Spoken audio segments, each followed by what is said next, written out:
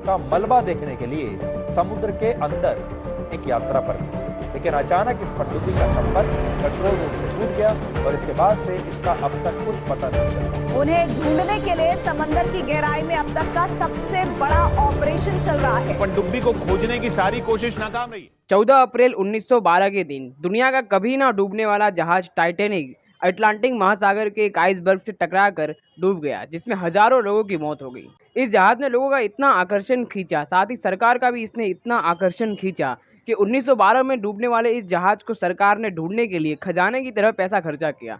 1912 में ये जहाज डूबा और 1985 में इस जहाज की खोज कर ली गई।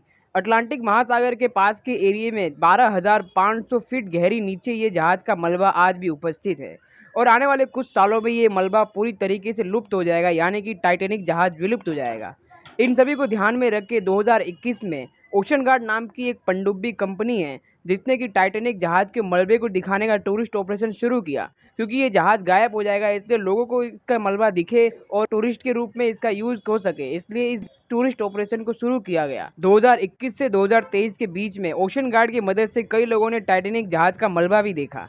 लेकिन फिलहाल में आपने एक खबर सुनी होगी कि टाइटैनिक जहाज के मलबे को दिखाने वाली पनडुब्बी 3 दिन से गायब है। टाइटैनिक जहाज के मलबे से समुद्र तट तक का सफर 3 घंटे का होता है, जिसमें पनडुब्बी में बहुत सारी ऑक्सीजन को लेके जाया जाता है और टूरिस्टर को टाइटैनिक जहाज का मलबा दिखाया जाता है। लेकिन आखिर सोचने वाली बात है कि आखिर इस पनडुब्बी का कनेक्शन कैसे टूटा। जब ये साउथ ईस्ट कनाडा के समुद्र के इलाके में थी, तब अचानक से नेटवर्क लॉस्ट होने के कारण इस पनडुब्बी का कनेक्शन टूट गया और ये पनडुब्बी समुद्र में लापता हो गई। बहुत सारे रोबोट्स की मदद ली गई इस पनडुब्बी को ढूंढने के लिए और साथ ही अमेरिकी सेना ने भी अपने अभियान चलाए इस पनडुब्बी को ढूंढने के लिए। इस अभियान में उनको सफलता ये मिली कि समुद्र की गहराइयों में से पनडुब्बी की आवाज़ सुनाई देने को मिली है। लेकिन इतने बड़े समुद्र की गहराई में पनडुब्बी को ढूंढना घास के मैदान में गिरे एक सुई को ढूंढने के बराबर है। इसके बाद सर्च ऑपरेशन को बहुत तेज कर दिया गया इस पनडुब्बी को ढूंढने के लिए। इस पनडुब्बी में दुनिया के 5 अरबपति सवार थे। अब अरबपति इसलिए थे क्योंकि इस यात्रा का खर्चा इतना है कि इसे कोई भी सामान्य इंसान अफोर्ड ही नहीं कर सकता। टाइटैनिक जहाज के मलबे को देखने के लिए इस पनडुब्बी की यात्रा करने के लिए 2 करोड़ से भी अधिक की रकम देनी पड़ती है।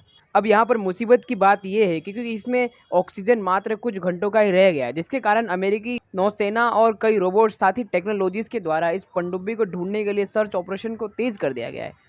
इसी पनडुब्बी में एक पत्रकार ने भी सफ़र किया था, जिसने अपना एक्सपीरियंस शेयर करते हुए कहा कि इस पनडुब्बी में ढंग से खड़े होने तक की जगह भी नहीं है।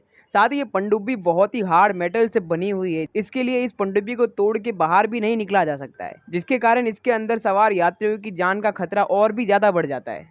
इसी समस्या को ध्यान में रख के कनाडा के शिप सर्च ऑपरेशन को भी तेज कर दिया गया है और इस पनडुब्बी को ढूंढने के लिए बहुत सारे अभियान चलाए जा रहे हैं। समुद्र के अंदर से आने वाली आवाज़ से इस पनडुब्बी को ढूंढना तो बहुत ही मुश्किल है, लेकिन फिर भी इस पे जी जान कर काम किया जा रहा है ताकि इस पनडुब्बी को ढूंढ लिया जाए और इसके अंदर बैठे 5 अरबपतियों की जान बचा दी जाए।